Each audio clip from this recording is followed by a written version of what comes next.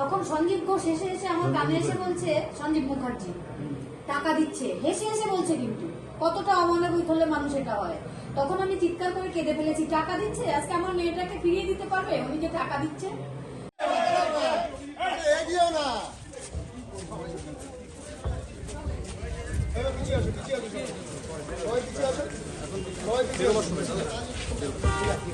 সবার দরকার নেই, দু তিনজন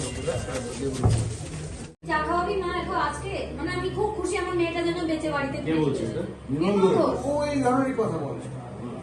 ঘরে এসে বসেছে, ওনার মেয়েও এসে বসে পড়েছে বারান্দায়, ডেকে নিয়ে ওনাকে বলছে একটু সিএম এর সঙ্গে কথা বলো। উনি বলছে না আমি এখন সিএম এর সঙ্গে কথা বলবো না। তারপর চা খেয়ে বেরিয়ে গেছে। তার থেকে আশ্চর্য শুনুন, মেয়েকে আমার এখানে ডেড বডি এনে রেখেছে, আর নির্মল ঘোষ আর সোমনাথ দে আর আমার সঞ্জীব মুখার্জি তিনজন মিলে ডিসি নর্থকে ডেকে নিয়ে এসছে। ডেকে এনে ওই কোনাটার মধ্যে টাকা দিচ্ছে। তখন ওর বাবা বলেছে, দেখুন এই যে ব্যাসটা লাগিয়েছেন এটাতে আপনার যার কষ্ট হয়েছে তার থেকে বেশি কষ্টের পরে মেয়েটা আজকে আমার এখানে এসেছিল। প্লিজ আমার মেয়েকে অপমান করবেন না, ও কারোর কাছ থেকে টাকা নিত না। এটা বললে উনি বলছে, আমি তো শুনতে পাচ্ছি না, আমি মেয়ের কাছে বসে রয়েছি। তখন সঞ্জীব ঘোষ হেসে হেসে আমার কানে এসে বলছে, সঞ্জীব মুখার্জি টাকা দিচ্ছে, হেসে হেসে বলছে। কিন্তু কতটা অমানবিক হলে মানুষ এটা হয়।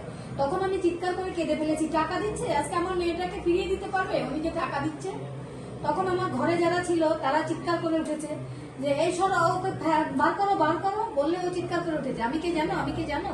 তখন তিমির বলে একটা ছেলে, এই সন্দীপটা চুপ করো, মারধর খাবে নাকি এখানে, তারপরেও চুপ করেছে।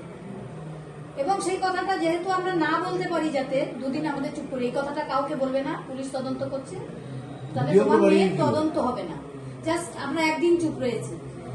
তারপরে অনেকগুলো ডক্টর আমাদের এখানে এসেছেন, তখন আমি একটা ডক্টর সুবর্ণ স্যার, ওনার কাছে কেঁদে কেঁদে বলে ফেলেছি কথাটা। তখন ইনিও আমাকে বারণ করেছে বলতে, না বলো না, ওরা বলেছে তদন্ত হবে না, তুমি বলো না। কিন্তু আমি বলে ফেলেছি, জানেন স্যার এরকম আমার মেয়ের ডেড বডি এখানে ছিল, সেখানে এসে আমাদের টাকা দিতে চেয়েছে। বললে না উনি বাইরে মিডিয়াতে ওটা বলে ফেলেছেন। কি যেই না বলেছেন অমনি সাথে সাথে আমাদের গোলা থানার আইসি আর সঞ্জীব মুখার্জি চলে এসেছে বাড়িতে রাতেই। তোমরা এটা বলে বলেছো কেন? আর তো তদন্ত হবে না, তোমার মেয়ে কোনো বিচার পাবে না। আইসি বলছে হ্যাঁ। তখন আমার প্রচন্ড জ্বর, আমার ছোটটা আমাকে ধরে বসে আছে, প্রেসার আমার 200 বেশি উঠে গেছে। খবরে দেখো একে বিয়ে করে ট্রান্সফার করে দিয়েছে, সরিয়ে দিচ্ছে। এরকম ভয় দেখিয়ে তাহলে কি করবো আমরা এখন?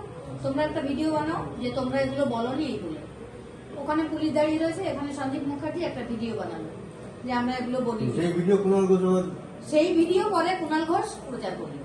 তাহলে কতটা বড় রাজনীতির শিকার আমরা হয়েছিলাম বলুন। ওই সময়টা আপনাদের মানে ভয়ের হোক বা যে কারণে প্রেশারের জন্য ভয়ে রেখেছি, চাপে রেখেছিল, তখন মানে ওই 4 দিন আমরা মিডিয়াতেও কিছু বলতে পারছিলাম না। শুধু বলো যে পুলিশের উপর, মুখ্যমন্ত্রীর উপর আমাদের বিশ্বাস আছে, এটা বলো, আর কিচ্ছু বললো না। আমরা সেটাই বলছিলাম। ওই জায়গাটায় ওরা একটা প্যাসেজ পেয়ে গেছে প্রথম থেকে। যদি এই যে লড়াইটা এখন যেভাবে ভোকালি এখন হয়েছে, ওটা যদি প্রথম থেকে থাকতে, প্রথমে তো আমরা ভয় পেয়েছি। তাদের দোষ নয়, এটা স্বাভাবিক, যে কোনো সাধারণ মানুষই ভয় পায়। আমাদের যেমন পলিটিক্স করে অভ্যেস হয়ে গেছে, আমরা কাজ জানি আর মেয়েটা পড়াশোনা জানতো, এছাড়া এর বাইরে আমরা কিচ্ছু জানি না। আজকে আমরা যখন কোর্টের ওই সিঁড়িতে পা দিচ্ছি, তখন আমাদের শুধু একটাই জিনিস হচ্ছে, মেয়েটা আজকে অনেক শিক্ষিত হয়েছিল বলে হয়তো আমাদের এটা করতে হচ্ছে। মেয়েটা যদি এত শিক্ষিত না হতো, হয়তো মেয়েটাকে আমরা কাছে থাকতে পারতাম না। দেখুন, আপনারা তো আপনাদের কর্তব্য পালন করেছেন এবং আপনাদের মেয়ে এত মেরিটোরিয়াস মেয়ে ছিল বলে যে জায়গায় পৌঁছতে পেরেছে। এটা আমাদের সমাজের ব্যর্থতা, যার জন্য আমরা এই জায়গায় এটা আমরা বলবো আর কি। আমাদের সিস্টেম, যে সিস্টেম চলছে তার ব্যর্থতা, আপনাদের কোনো দোষ নেই, আপনার মেয়েরও কোনো দোষ নেই। তো যেভাবে লড়াকু মেয়ে, আপনারা মানে যত শুনছি, এর আগেও শুনেছি যে বিনা পয়সায় চিকিৎসা করা থেকে শুরু করে। কোভিডের সময় জানেন না, মেয়ে আমার এত অ্যাক্টিভ, সারা রাত জেগে প্রেসক্রিপশন করতো অনলাইনে, যেহেতু প্রেসক্রিপশন ভাইরাল হয়েছিল যে তোমার এত